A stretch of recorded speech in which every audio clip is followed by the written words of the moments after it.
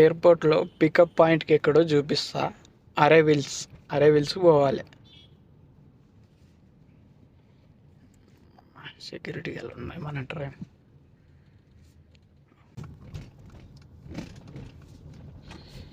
ఇక్కడ కనిపిస్తుంది కింది గేట్లో పోవాలి. లెఫ్ట్లో పోతే డ్రాప్ పాయింట్, అది డిపాజిట్ అని ఉంది కదా, లెఫ్ట్ డ్రాప్.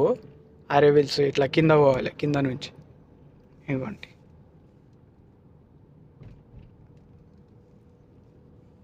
ఇట్లా టర్న్ వస్తుంది పెద్దగా, పైన కూడా సేమ్ టర్నింగే.